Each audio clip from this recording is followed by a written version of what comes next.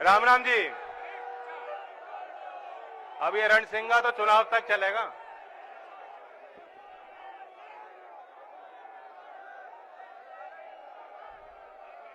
परिवर्तन संदेश रैली में उपस्थित सभी नौजवान भाइयों को और अपने मेरे बुजुर्ग, हमारे मंचासीन सभी पार्टी के वरिष्ठ नेतागण, सभी का मैं नमन करता हूं, आपको बधाई देता हूं।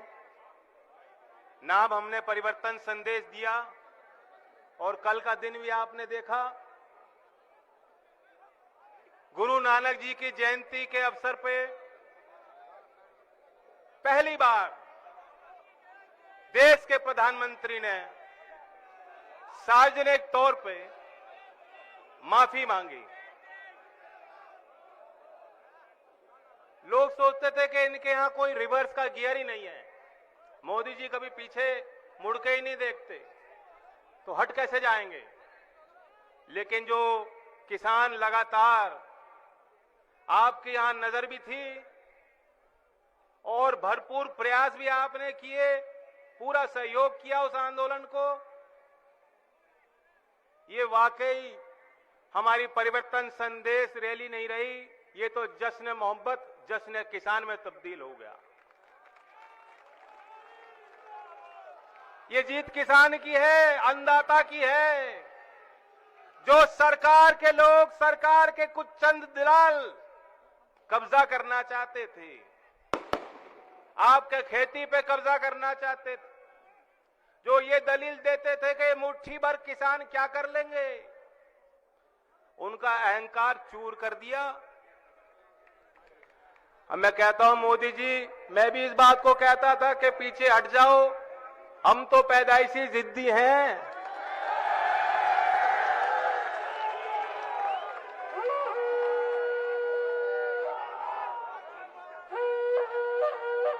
मैंने उनको बार बार सलाह दी, मान जाओ बात को, कहां झगड़ा मोल ले रहे हो। इन्होंने जो जो ताकतें थी देश पे कब्जा करना चाहती थी, उनको खदेड़ा था, और तुम्हें भी जो है नाक रगड़नी पड़ेगी। आज उन्होंने माफी मांगी है, लेकिन अभी भी ऐसा मत मानना ये लड़ाई अधूरी है, ये तो शुरुआत है। आपने एक संदेश दिया, उसकी गूंज दूर तक है। जब जब जुल्मी जुल्म करेंगे सत्ता के गलियारों से, चप्पा चप्पा गूंज उठेंगे इनकलाब के नारों से।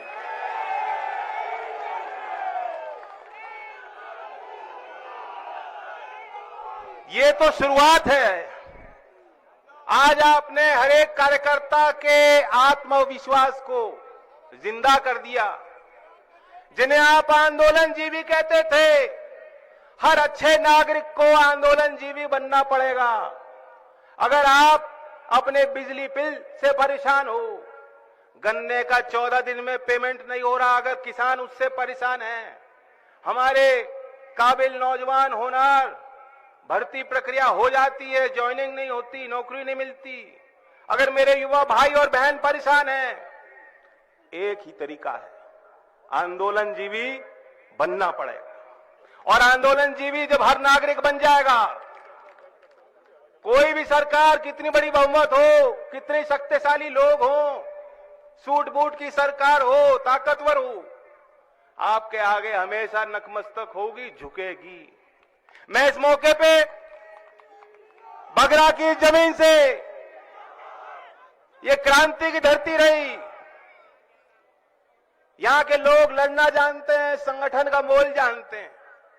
इस धरती पे मैं चौधरी अजीत सिंह जी को भी श्रद्धांजलि दूंगा, क्योंकि आप सब जानते हो, हम भूल नहीं सकते, ये उनकी आखिरी इच्छा थी और आखिरी क्रिया थी कि आज उनकी जीत है, और वहां ऊपर से अगर उनकी निगाह हम पे पड़ेगी तो वो जरूर ये संदेश वहां तक पहुंचा होगा, वे खुश होंगे। आज उनकी आत्मा को शांति पहुंची होगी। लेकिन मैं आपको सचेत कर रहा हूं, बार बार होशियार रहने की जरूरत है। क्यों? इनकी यूनिवर्सिटी की डिग्री किसी ने देखी नहीं मोदी जी की, लेकिन झूठ बोलने में इन पे सबसे बड़ी डिग्री है। Entire science of lying, of झूठ, अगर ऐसी कोई डिग्री बनी होगी तो इनके पास माशाअल्लाह जरूर होगी। अभी भी आपने ध्यान दिया होगा, गौर किया होगा, उन्होंने कहा कि मेरा इरादा अच्छा था लेकिन मैं कुछ किसानों को समझा नहीं पाया। ऐसा नहीं है कि आप कुछ किसानों को समझा नहीं पाए, किसान अपने आप समझ गए। किसानों ने समझ लिया, किसान की अगली पीढ़ी ने समझ लिया। वे अपनी लाभ हानि को जानते हैं, पहचानते हैं, वे गवार नहीं है। चौधरी चरण सिंह जी देश के प्रधानमंत्री बन सकते हैं तो आज भी झोपड़ में पैदा होने वाला, गांव के स्कूल में पढ़ने वाला हर बच्चा देश का प्रधानमंत्री भी बन सकता है, वह वकील भी बन सकता है, वो विद्वान है, वह जानता है सरकार के कामकाज कैसे होने चाहिए और कैसे नहीं होने चाहिए, क्या हिसाब किताब है। आज वो समय नहीं रहा, मोबाइल फोन के माध्यम से नौजवानों को पूरी जानकारी है। और हम तो यहां यूपी की सरकार से तंग हैं, बाबा को नहीं मालूम कुछ भी। बाबा तो मस्त रहते हैं, वो सर पे जो है फल फूल की टोकरी लगा के पूजे पाठ में लगे रहते हैं, उन्हें कोई मतलब नहीं है। उन्होंने, वो तपस्वी हैं, उन्होंने त्याग दिया। अब मैं नहीं जानता आपने क्या त्यागा। ये जो कह रहे हैं वह गद्दी लखनऊ की त्यागनी पड़ेगी, वह भी त्यागनी पड़ेगी गद्दी योगी जी। अब योगी जी को जैसे मैं आपको उदाहरण देता हूं, ये तो पता ही नहीं होगा कि हमारी प्रदेश की अर्थव्यवस्था गर्क में जा रही है। सरकार की आज माली हालत अच्छी नहीं है, खजाने को खाली कर दिया गया है। फिजूली खर्चे में देश भर में चप्पे चप्पे पे इन्होंने अपनी होर्डिंग लगा रखी है। मीडिया वालों को खरीदने में सारा पैसा, धन लुटाया जा रहा है और जन सुविधाओं के लिए उनके नाम पे कुछ नहीं। वेतन नहीं मिल रहा सरकारी कर्मचारियों को, कई महीने से वेतन नहीं दे पा रही सरकार। 2017 में उत्तर प्रदेश के बजट को आप देखें तो 4 लाख करोड़ का कर्जा था, 5 साल में 50% बढ़ा दिया और 6 लाख करोड़ से भी ज्यादा कर्जा आज उत्तर प्रदेश पे है। यानी उत्तर प्रदेश के हर व्यक्ति पे, आप सब पे लगभग 26,000 अनुमानित कर्जा है। क्या कोई गरीब आदमी, रिक्शा चलाने वाला, मजदूरी करने वाला, कारीगर, बुनकर, क्या वह 26,000 रुपए चुका सकता है?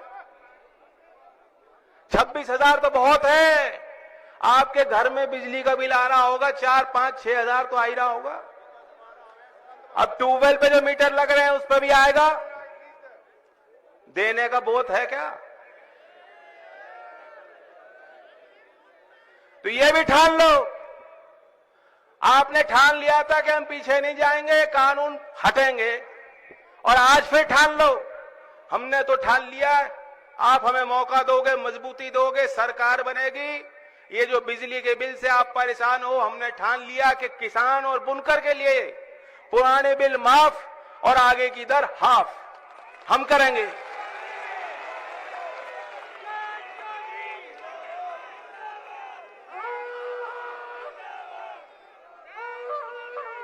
और गन्ने की बात, बहुत काम है खेतों में छोल चल रहा है, बहुत काम है, किसानों के शादियां हो रही हैं।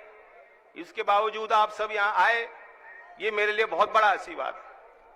लेकिन गन्ने की वो फसल जिसमें वाकई कोई मिठास अगर पहुंची किसान तक, उसका श्रेय चौधरी अजीत सिंह जी के उस विजन को जाता है कि उन्होंने यहां उद्योग स्थापित किए, आपको उस उद्योग से जोड़ा, आपको एक मजबूत विकल्प दिया। लेकिन आज गन्ने की खेती कर रहे किसान जानते हैं, बाबा आके खुशी कह लें, आपको भी पता है हजारों करोड़ का बकाया रहा। एक भी सत्र में 5 साल में एक भी ऐसा मौका नहीं हुआ कि किसी किसान को 14 दिन में भुगतान मिल गया हो। नहीं मिला 14 दिन में भुगतान। ब्याज को तो भूल ही गए लोग। और मैं आपको सचेत करना चाहता हूं, अगर हम और आप चूक गए किसी कारणवश हम कमजोर हो गए, बट गए, हिंदू मुस्लिम के झगड़े में हो या जातिगत आधार पर हो, हमारी ताकत इसलिए बनी हम एकजुट होकर लड़े, तब जीत पाए, तब माफी मांगी प्रधानमंत्री ने किसानों से।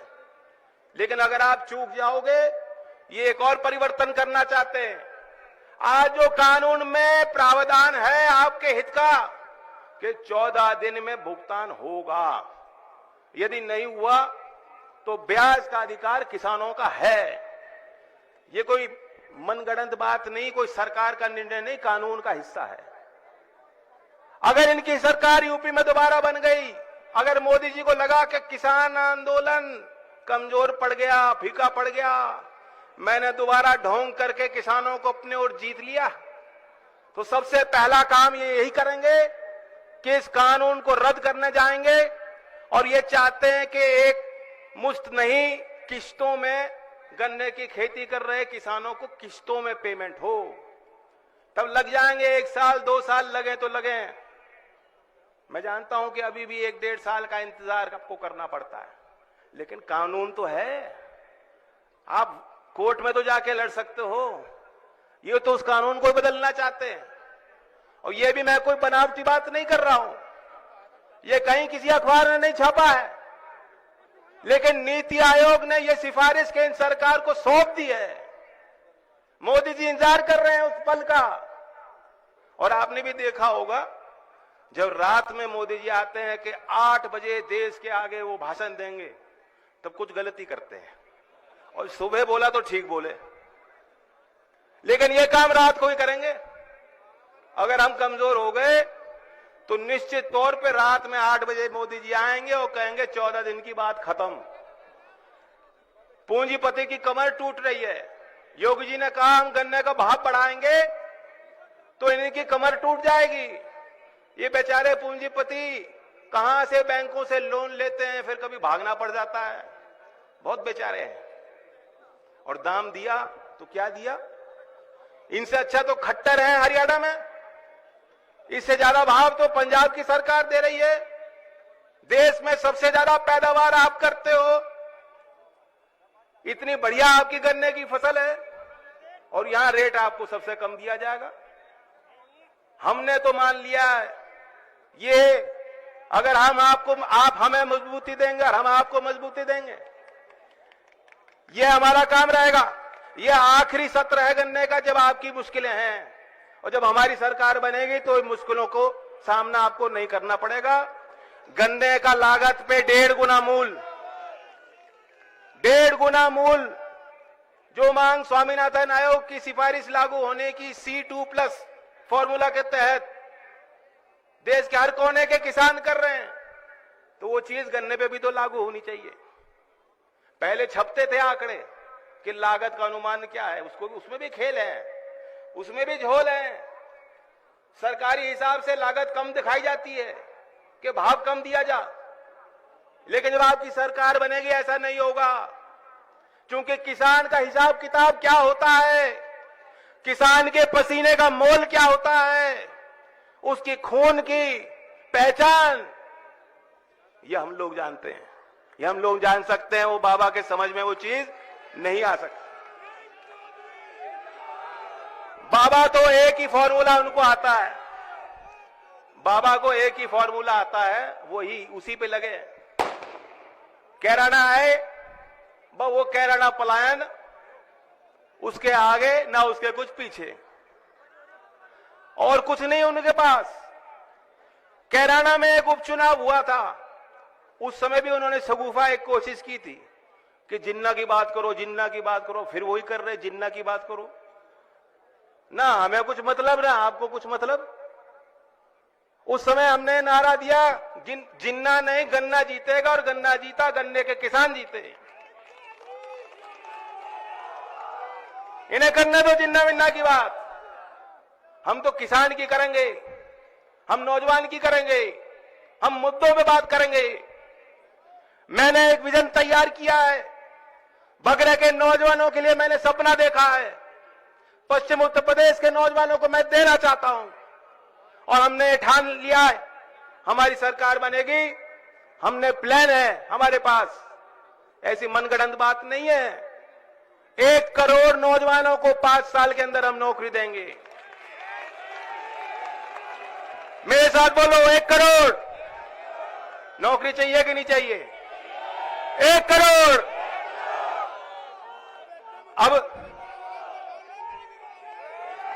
अब कोई, मैं हिसाब भी दूं, अगर कोई कहेगा भाई 1 करोड़ तो ज्यादा बात हो गई, ये तो ज्यादा हो गया, हो सकता है कोई आदमी सोचे इस बात को। आप हिसाब लगाओ, प्रदेश की आबादी कितनी है और 1 करोड़ उसका हिस्सा कितना है। 5 साल में अगर उत्तर प्रदेश के 3 से 4% नौजवानों को भी हम नौकरी नहीं दे पाएंगे तो क्या हमारा हक है राजनीति करने का? हमारा हक है। मैं एक भी दिन नहीं लगाऊंगा, त्याग कर दूंगा, ऐसी सत्ता को छोड़ दूंगा अगर मैं अपने नौजवानों को नौकरी नहीं दे पाऊंगा।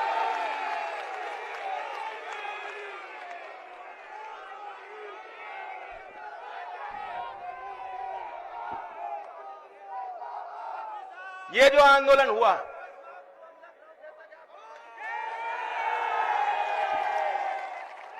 चलो लखनऊ में चाट खिलाएंगे आपको।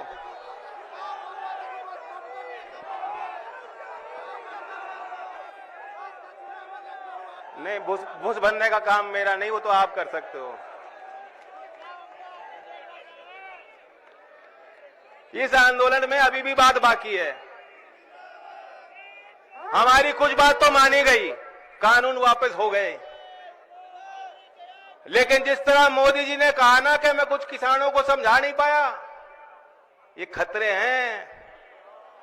बिहार के कृषि मंत्री हैं मनिंदर, भाजपा के नेता हैं, भाजपा के कोटा से मंत्री हैं, उन्हें कुछ तो अंदर की बात पता होगी।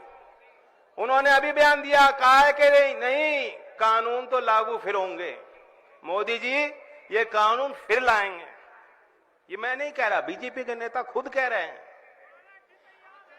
और अब क्या जवाब देंगे वे लोग जो गांव में घुस नहीं पा रहे थे? गांव में प्रवेश वर्जित है, भाजपा का नेता कोई आए ना, इस तरह के बोर्ड लगा दिए थे, लगाए थे कि नहीं लगाए थे? इतना गुस्सा था लोगों के अंदर, और फिर भी वो किसी तरीके से आके समझाने की बात करते थे तो यही तो कहते थे कि ये बड़े किसानों का नुकसान है और जो छोटे किसान है मोदी जी उनको लाभ देंगे, ये कानून से उनका कोई नुकसान नहीं है, बहुत लाभ होना है किसानों का। परसों शाम तक यही कहते होंगे वो लोग, फिर कहते होंगे ये तो किसान नहीं है, ये तो एक लॉबी है, ये तो एक जाति के लोग, ये तो जाट लोग हैं, कुछ वही बैठे हैं, इनकी तो फितरत है, ये तो लड़ते रहते हैं। इस तरह की बातें बीजेपी के लोग, आरएसएस के लोग, कार्यकर्ता जाके जहां उन्हें घुसने का, बैठने का मौका मिल जाता था वहां बैठ के यही बात करते थे। परसों रात तक यही करते थे, लेकिन कल सुबह के बाद उनको समझ नहीं आ रहा, ना यहां जाए ना वहां जाए, कहां जाए।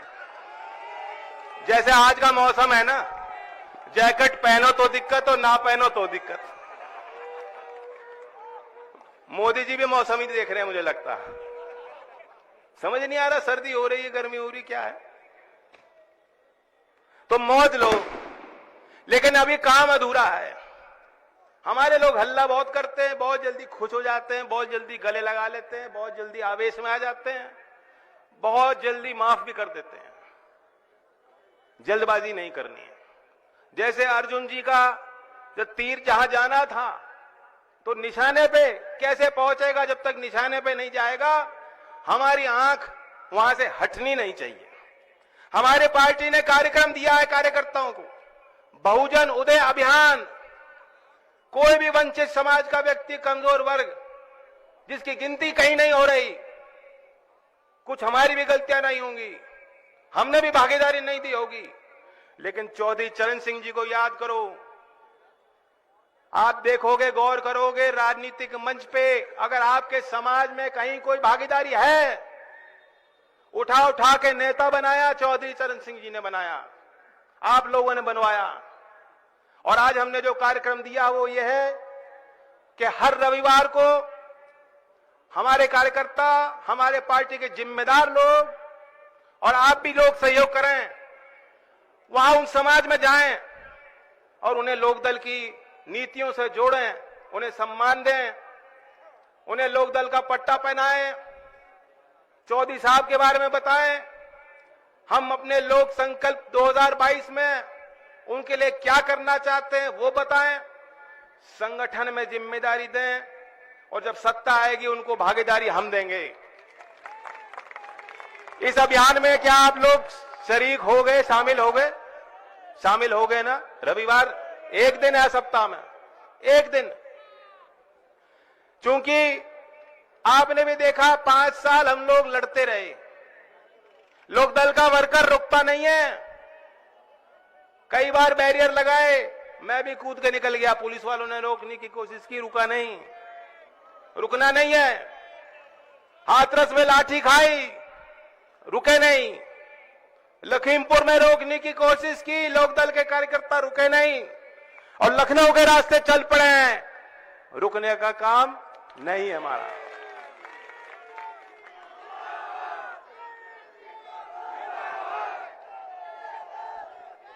अब मैं यही संदेश दूंगा, जो कल सरकार का फैसला है, जो भी आंदोलन से जुड़े किसान निर्णय लेंगे, मैं ऐलान करता हूं, क्योंकि उस फैसले के बाद पहला ये कार्यक्रम है जनता के बीच, किसान के बीच हम लोग खड़े हैं, और यहां जो फैसला आप लोगे देश तक वो पहुंचेगा। मैं उनको ये उम्मीद दिलाता हूं, विश्वास दिलाता हूं कि जो भी फैसला वहां दिल्ली में बैठ के वो लोग लेंगे, लोकदल का हर एक कार्यकर्ता उनके साथ रहेगा। हमें एमएसपी की लड़ाई भी लड़नी है, बिजली के कानून की वापसी की लड़ाई भी हमें लड़नी है, और राजनीतिक लड़ाई, राजनीतिक चोट निरंतर भाजपा को देनी है। जो किसान विरोधी, गरीब विरोधी, देश विरोधी ताकतें हैं, उन्हें हमें मात देनी है। जय हिंद, जय भारत, जय किसान, जय नौजवान।